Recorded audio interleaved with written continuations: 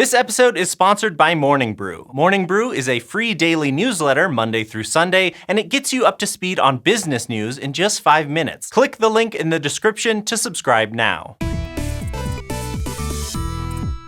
Often, the bacteria in our guts go pretty much unnoticed, unless you get a stomach bug and feel sick. But this week, a kind of bacteria got extra attention, and not for the reason you might think. It's called Helicobacter pylori, and scientists used it to track how ancient humans spread to the Americas from Siberia. These bacteria have been around for at least 100,000 years, and worldwide, it's estimated that up to half the population has had an H. pylori infection. This microbe can cause a stomach condition called chronic gastritis, so it's something to pay attention to in medicine. But it's also a convenient bacteria for other research. That's because its genetic sequence varies slightly depending on where the bacteria lives, or rather, depending on where the human they're infecting lives. So this microbe is a great tool for tracking ancient civilizations. In a study published in the journal PNAS, researchers sequenced and then analyzed H. pylori bacteria strains from samples they'd collected from indigenous people in Siberia and the Americas. For the analysis part, they used a technique called approximate Bayesian computation, or just ABC for short. It's a way of using statistics to determine the likelihood that a hypothesis is true based on new evidence. So in this case, the researchers were testing scenarios about where these bacteria might have come from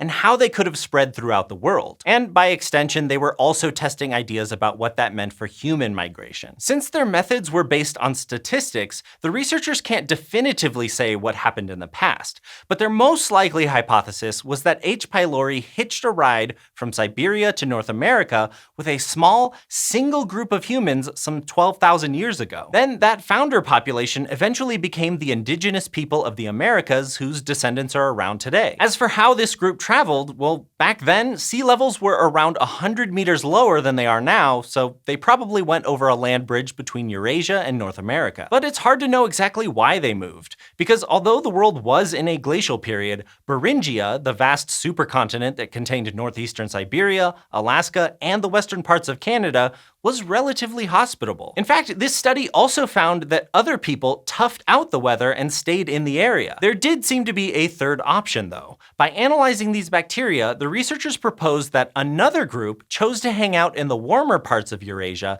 until the glacial period ended about 300 years later. Then they joined up in Siberia with those descended from the group that had stuck around in the north. Because the Eurasian populations were separated geographically, their gut bacteria ended up evolving differently. And now, more than 10,000 years later, that's helping us piece together human history. In other evolution-related news, scientists have discovered a new species of hyrax in the forests of Africa, and they did it by listening. Hyraxes are mammals that kind of look like tubby, scruffy guinea pigs with their rounded ears, lack of tails, and stumpy toes. And aside from their cuteness, these creatures are known for their distinctive vocalizations. This new species was presented in a paper published Tuesday in the Zoological Journal of the Linnaean Society. It all started when biologists on a field trip noted that hyraxes on one side of the Niger River sounded different than those on the opposite side. So they took 418 recordings of hyrax vocalizations from 42 locations across Africa, and then analyzed how long they were, their pitch, and how often they repeated. What the researchers heard was that calls in the area between the Volta and Niger rivers were more like rattling barks, while those outside that area were more like short air horn-like shrieks. After that, the researchers went to museum collections and looked at close to 70 hyrax skulls from animals found either between or outside the rivers. Turns out, hyraxes who lived between the rivers had shorter, broader skulls than those outside. Also, museum specimens, photos, and carcasses of the animals killed by hunters revealed that the hyraxes had different coat colors as well, with the between river animals sporting a lighter yellow-brown coat streaked with dark brown, and their outside the river cousins sporting a dark brown to almost black coat. And finally, the researchers peered at the hyrax's genetics,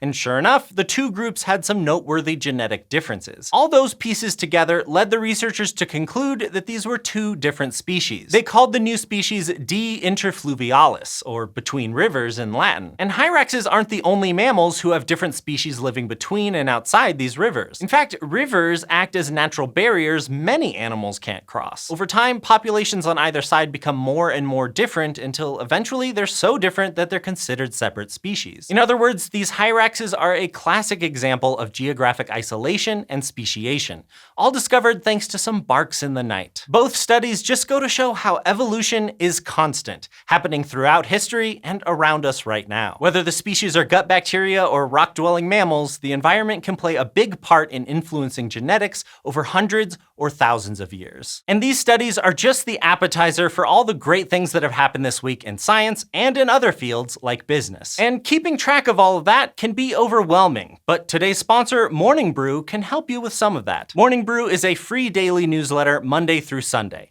It helps you get up to speed on business news in just 5 minutes, so you can skip skimming through news websites or just endlessly scrolling on Twitter. Morning Brew gets all the need-to-know information from business, finance, and tech together in an accessible format, and then sends it promptly every morning right into your inbox. Like, on the morning of filming this episode, they had some fascinating explainers on Vermont's high vaccination rate and Texas's power grid. If you want to give it a roll, it's completely free and it takes less than 15 seconds to subscribe. Just click the link in the description below to subscribe to Morning Brew today.